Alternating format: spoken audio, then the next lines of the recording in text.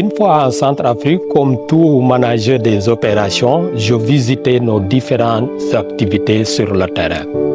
Et j'ai eu l'opportunité d'aller au nord et participer à une distribution de vivres pour un camp de personnes déplacées.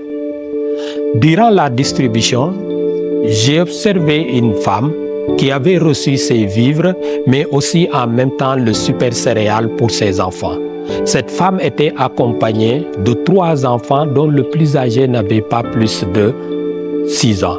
Mais ce qui m'a frappé, il y avait les enfants qui s'accrochaient sur le super céréales en pleurant. J'ai demandé à la dame, mais pourquoi les enfants pleurent? Elle me dit non, ils ont envie de manger parce que tu vois le plus jeune, elle n'arrive pas à téter correctement dans la bonne mesure où moi, depuis hier nuit, je n'ai pas mangé, donc il n'y a rien dans le sang.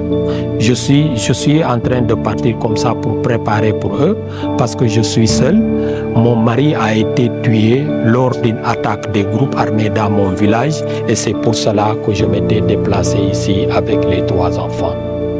Elle me disait avant de terminer, moi et mes enfants, nous vivons à cause de World Vision.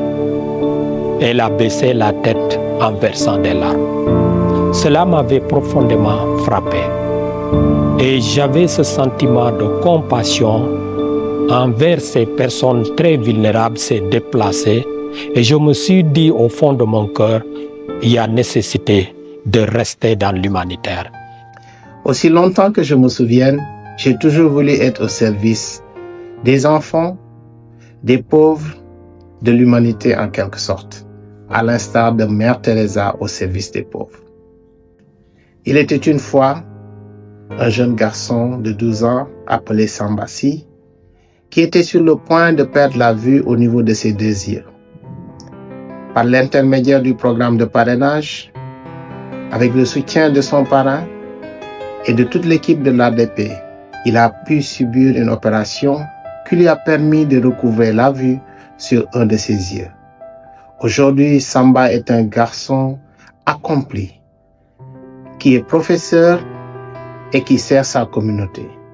C'est donc pour Samba, pour Cécile, pour Marcel et pour tous les autres enfants qui sont dans ces situations que je veux continuer à servir en tant qu'humanitaire à World Vision et que je suis fier d'avoir fait partie de cette histoire.